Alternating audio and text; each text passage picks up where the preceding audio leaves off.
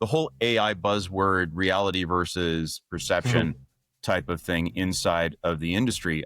Matt and I know the approach to AI, and I think you eloquently described it here about that whole thing about providing additive value and taking a very, very measured approach to making sure that there's reality behind the value that's being delivered.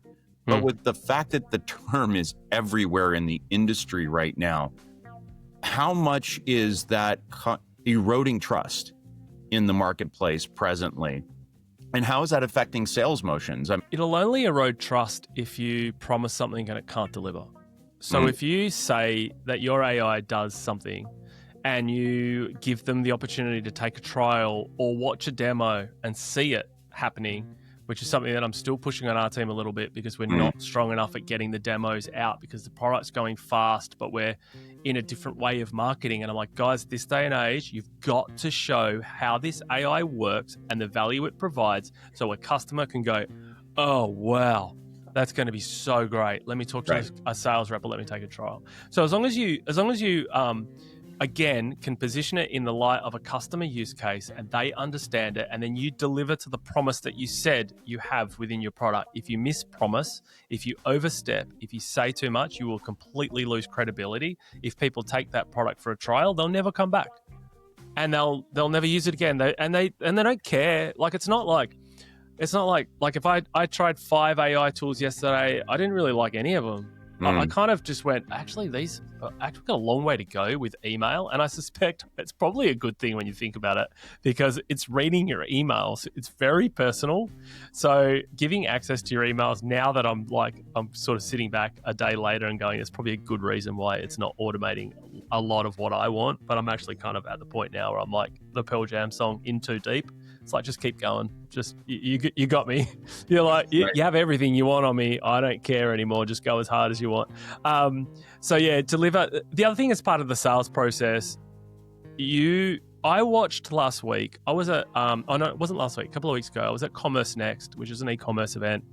And we had a major retailer come up to the Content Square booth. And the sales rep did an incredible job of pitching what it is that Content Square does, starting at super high level and then starting to work their way down. And I watched in surprise when we got maybe 10 minutes into the demo and then we went, and we have AI. And the person that was sort of leading from the customer side, their eyes literally rolled in their head and they just disengaged. And I went, oh, wow. Oh, that's not what I was expecting. And I wouldn't have expected that.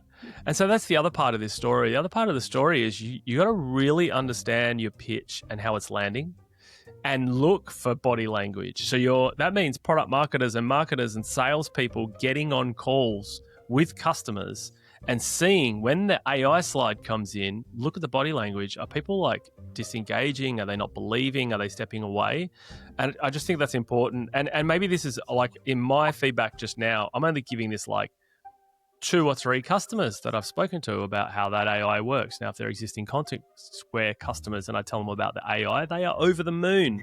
They're like, this is incredible. I'm going to be able to go so much faster.